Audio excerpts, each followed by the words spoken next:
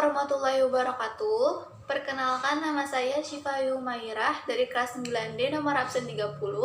Kali ini saya akan membuat video dari materi PowerPoint yaitu tentang zakat mal dan zakat fitrah. Yang pertama itu ada pengertian zakat. Jadi zakat menurut bahasa artinya tumbuh dengan subur atau suci dari dosa. Namun zakat menurut istilah agama Islam adalah kadar harta tertentu yang diberikan kepada yang berhak menerimanya dengan syarat tertentu. Zakat adalah harta yang wajib disisihkan oleh seorang muslim atau badan yang dimiliki oleh orang muslim sesuai dengan ketentuan agama Islam untuk diberikan kepada yang berhak menerimanya. Lalu ada dasar adanya zakat yang tertuang pada surah At-Taubah ayat 103. Itu kandungannya berisi tentang perintah kepada kita untuk membayar zakat dan untuk menyucikan harta yang kita miliki. Lalu ada istilah-istilah zakat. Nisyab adalah batas minimal harta yang wajib dikeluarkan zakatnya. Sedangkan mustahik adalah orang yang berhak menerima zakat. Ada muzaki adalah orang yang wajib mengeluarkan zakat. Yang pertama ada zakat fitrah. Jadi zakat fitrah itu memiliki nama lain, itu adalah zakat nafs, yaitu zakat yang diberikan berkenaan dengan telah selesainya mengerjakan puasa Ramadan.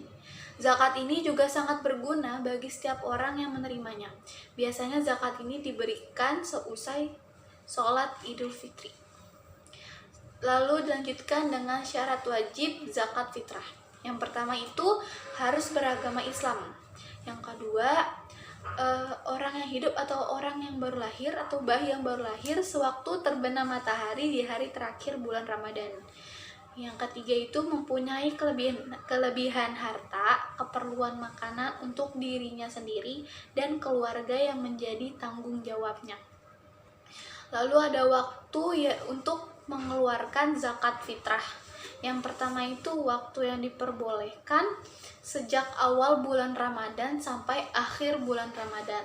Yang kedua, waktu yang diutamakan, yaitu dari mulai terbenamnya matahari pada akhir bulan Ramadan. Waktu yang lebih baik yaitu dilaksanakan setelah sholat subuh sebelum pergi melaksanakan sholat Idul Fitri. Lalu yang terakhir adalah waktu yang tidak boleh atau tidak diperbolehkan, yaitu membayar zakat fitrah setelah sholat Idul Fitri, karena zakat yang diberikan itu dianggap sebagai sedekah, bukan zakat. Lalu zakat yang dikeluarkan dari zakat fitrah itu menurut para ulama adalah sesuai penafsiran terhadap hadis adalah sebesar 1 syok. Jadi 1 syok itu sama dengan 4 mud, sedangkan 1 mud itu sama dengan 675 gram. Atau kira-kira setara dengan 3,5 liter atau 2,7 kg makanan pokok seperti tepung, gandum, beras, dan lain-lain. Lalu yang kedua ada zakat mal. Zakat mal itu sama dengan zakat harta benda, yaitu memberikan sebagian harta kepada orang yang berhak dengan cara tertentu sebagai penyucian harta yang kita miliki. Lalu zakat mal itu berupa zakat emas, perak, hasil tambang, binatang, tumbuh-tumbuhan, buah-buahan atau biji-bijian, dan barang-barang perniagaan. Yang pertama binatang ternak. Zakat binatang ternak seperti unta, lembu, kambing, dan domba. Nah, biasa itu unta itu 5-9 ekor yang dizakatkan. Sapi atau kerbau itu sekitar 30-39 ekor. Lalu kambing sekitar 40-120 ekor.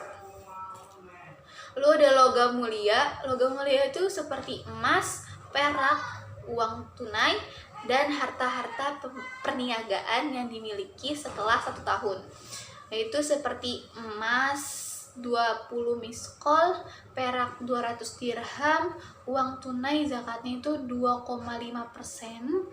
Lalu ada barang dagangan yang dizakatkan itu 2,5% juga. Yang ketiga ada biji-bijian, biji makanan dan buah-buahan seperti padi, gandum, jagung.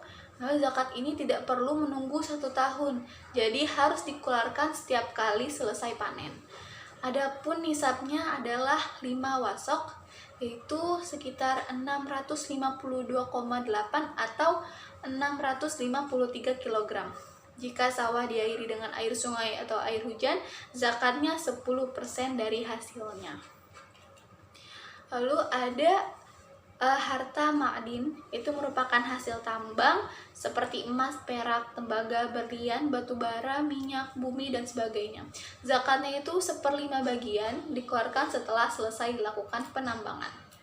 Ada orang-orang yang berhak menerima zakat, itu pertama fakir, itu orang yang tidak mempunyai harta dan usaha. Lalu yang kedua ada miskin, yaitu orang yang mempunyai harta atau usaha, yaitu sebanyak 1/2 kecukupan atau lebih, tapi tidak mencukupi untuk kehidupan sehari-hari. Lalu yang ketiga ada amil, yaitu orang yang bekerja mengurus zakat. Yang keempat ada mu'alaf, yaitu orang yang baru saja masuk ke agama Islam. Lalu yang kelima itu hamba atau budak yang dijanjikan tuannya bahwa dia boleh menebus dirinya. Yang keenam itu ghorim, yaitu orang yang berhutang di jalan Allah. Yang ketujuh itu sabilillah, yaitu orang yang berjuang di jalan Allah. Yang kedelapan itu ada ibnu sabil atau musafir, yaitu orang kehabisan bekal di waktu bepergian, dan bepergian itu bukan untuk tujuan maksiat. Masuk ke bagian manfaat zakat. Jadi manfaat zakat yang pertama itu untuk mensucikan diri dari sifat kikir dan cinta harta yang secara berlebihan. Lalu yang kedua untuk mendekatkan diri kita kepada Allah Subhanahu wa taala. Yang ketiga itu untuk menyuburkan harta dan sifat-sifat baik. Lalu yang keempat ada membuktikan rasa syukur atas nikmat Allah yang telah diberikan kepada kita. Lalu yang kelima ada menanamkan perasaan kebersamaan dan tenggang rasa. Yang terakhir membiasakan diri dengan sifat yang terpuji. Sekian video yang bisa saya sampaikan. Atas kekurangannya saya mohon maaf. Assalamualaikum warahmatullahi wabarakatuh.